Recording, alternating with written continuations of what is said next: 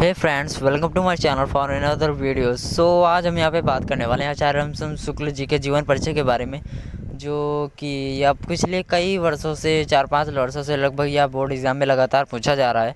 और इस वर्ष भी 2022 बोर्ड एग्ज़ाम 10th के में भी इसका जीवन परिचय पूछा गया था। और इस जो चैप्टर का नाम है मित्रता, यह भी बार बार पूछा जा रहा है। तो आज हम इसी के बारे में पढ़ने वाले हैं। तो चलिए इसको स्टार्ट करते हैं। सबसे पहले हम इसके स्मरणीय तथ्य पढ़ लेते हैं। जैसा कि इनका जन्म सन 1884 ईस्वी को हुआ था। इनका जन्म स्थल अगोना गांव, जनपद बस्ती, उत्तर प्रदेश तथा इनके पिता का नाम पंडित चंद्रवली शुक्ल था। इनकी कृतियां हैं चिंतामणि भाग 1-2, विचारवीथी, हिंदी साहित्य का इतिहास। इनकी भाषा शैली संस्कृत में परिभाषित, खड़ी बोली, सामाजिक शैली। भाषा शैली आप लोग ज़रूर याद कर लीजिए, क्योंकि आप एग्ज़ाम में अलग से भी क्वेश्चन आ सकता है कि रामचंद्र शुक्ल जी की भाषा शैली आप लिखिए। और फिर इनकी मृत्यु जो हुई थी, वह मृत्यु 2 फरवरी सन 1941 ईस्वी को हुई थी। और फिर चलिए इनको जीवन परिचय को जानते हैं। इनका जीवन परिचय दिया गया है। आचार्य रामचंद्र शुक्ल हिंदी साहित्य के मूर्धन्य साहित्यकार हैं। शुक्ल जी हिंदी साहित्य रूपी भवन के कुशल शिल्पी थे। वे सहृदय कवि, कुशल समालोचक, उत्कृष्ट निबंधकार तथा सफल अनुवादक भी थे। हिंदी साहित्य की अमर विभूति आचार्य रामचंद्र शुक्ल जी का जन्म बस्ती जिले के अगोना नामक गांव में सन 1884 ईस्वी को हुआ था। इनके पिता का नाम चंद्रवली शुक्ल, इनकी मां महाकवि तुलसीदास जी के वंश की थी। वे अत्यंत विश्वी तथा धार्मिक प्रवृत्ति की स्त्री थीं।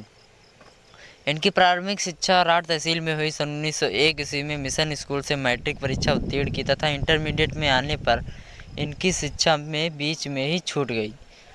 जो इनकी शिक्षा इंटरमीडिएट की थी, वह बीच में ही छूट गई थी। आचार्य रामचंद्र शुक्ल जी मिर्ज़ापुर के पंडित केदारनाथ पाठक एवं प्रेमधन के संपर्क में आकर अपने हिंदी, उर्दू, फारसी, बंगला आदि भाषाओं का अच्छा ज्ञान प्राप्त कर लिया।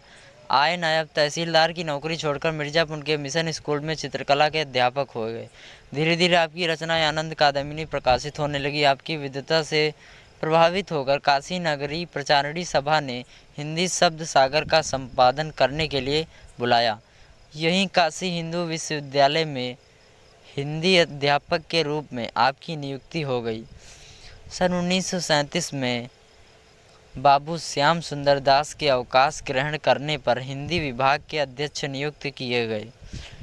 अनवरत हिंदी साहित्य की सेवा में संलग्न यह दिग्गज 2 फरवरी सन 1941 ईस्वी को स्वर्गवासी हो गए।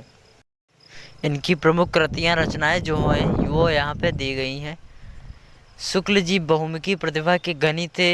उनकी विविध रचनाओं का विवरण इस प्रकार है। निबंध संग्रह चिंतामणि, विचारवीथी, कहानी, 11 वर्ष का समय, इतिहास, हिंदी साहित्य का इतिहास, आलोचना, रस मीमांसा। और यहाँ पे दिया गया संपादन, भ्रमर गीत, सार, काशी नगरी प्रचारणी पत्रिका, तुलसी ग्रंथावली, जायसी ग्रंथावली, हिंदी शब्द सागर, आनंद कादम्बिनी आदि संपादन इनके दिए गए हैं। तथा काव्य इनके जो एक ही हुआ है, अभिमन्यु वध। इनकी भाषा शैली आप पहले ही पढ़ चुके हैं।